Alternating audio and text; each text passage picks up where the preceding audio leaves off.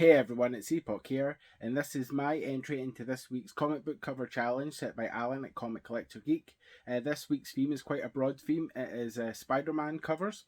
So I took this to mean covers featuring Spider-Man rather than covers not featuring Spider-Man, even though they may be Spider-Man titles. So let's look at 10 Spider-Man covers I've picked out.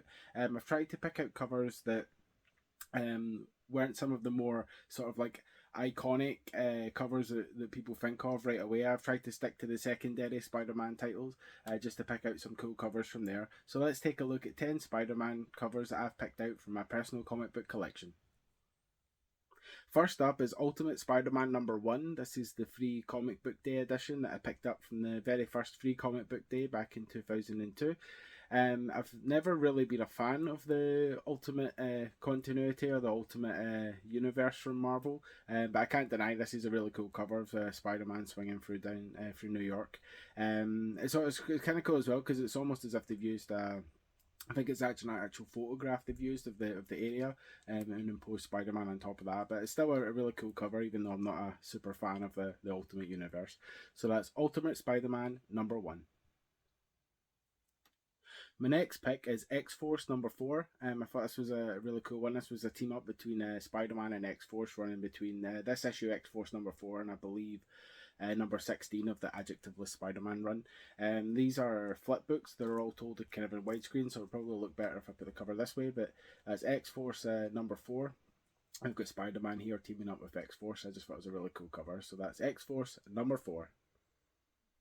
My next pick this week is Web of Spider-Man #69. This is a cool cover featuring Spider-Man battling the Hulk. One thing I think of when I think of Spider-Man covers is battling either his rogues gallery of villains or also other heroes, and I just think this is a really good action cover of the Hulk kind of looking to battle Spider-Man and smash him up. So yeah, it's just a really cool cover. So Web of Spider-Man #69.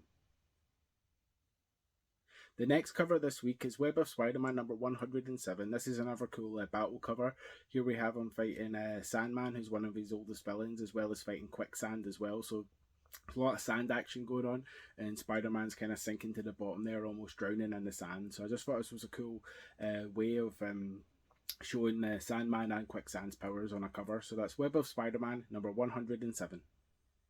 The next issue this week is Spectacular Spider-Man #200. Again, this is another battle cover. Here we have Spider-Man battling the Green Goblin 2, which is Harry Osborn. And this is actually the issue where Harry Osborn dies as well, as we get his funeral in issue 201, which is part of the Maximum Carnage storyline. But this was one of the first back issues I ever bought back in sort of 99, 2000, when I was like 13 or 14. I just always really loved this cover, Spectacular Spider-Man 200. It's obviously because it's a milestone issue. It's got the sort of like hollow foil background, sort of showing off Spider-Man's webs there, as you can see as it's reflecting in the light there. It was the 90s, so gimmick covers were rife, but I love a gimmick cover. So Spectacular Spider-Man #200. The next issue this week is Web of Spider-Man #94. I just thought this was a cool Spider-Man and Hobgoblin cover. Hobgoblin's sort of caught Spider-Man there, and he's got that big gun ready to shoot him, which is kind of interesting. The Hobgoblin is one of my favourite Spider-Man villains, probably my favourite after and then Mysterio's probably second. But yeah, I collect Hobgoblin covers, and this is such a great Hobgoblin cover with Spider-Man in his grasp there. So that's Web of Spider-Man #97. Next up is The Amazing Spider-Man #10 or #811 in the Legacy numbering. I just thought this was a really cool Spider-Man and Black Cat cover. I'm a big fan of Black Cat, and this one's just really cool. It's kind of Black Cat's being caught in the spider's web there, and Spider-Man's sort of encroaching on her. They always have this kind of interesting dynamic and relationship, Felicia Hardy and Peter Parker. So I just really like this cover. It's The Amazing Spider-Man #10 or #811 in the Legacy numbering. The next cover I've chosen this week is Web of Spider-Man #1. I haven't really been putting these covers in any sort of particular order, just because I love Spider-Man. I'm a big Spider-Man fan, so I love many of his covers. So it's hard to choose. So this time I've gone with Web of Spider-Man #1. I just think this is a excellent cover where we have the sort of I love these kind of like fog, smoky covers where we have the character sort of appearing from them, and here we have Spider-Man appearing from the kind of foggy, smoky rooftops of New York. So that's Web of Spider-Man #1. Also, I love the black costume. I'm a big fan of that. So yeah, Web of Spider-Man number 1. My next pick this week is The Amazing Spider-Man Volume 2, number 42, or number 483 in the Legacy numbering. I just thought this was a really fun cover.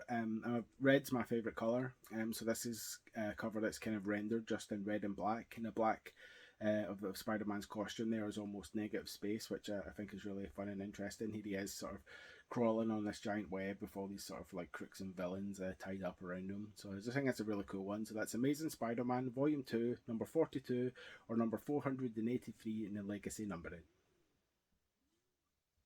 And my last pick this week is Web of Scarlet Spider number 1.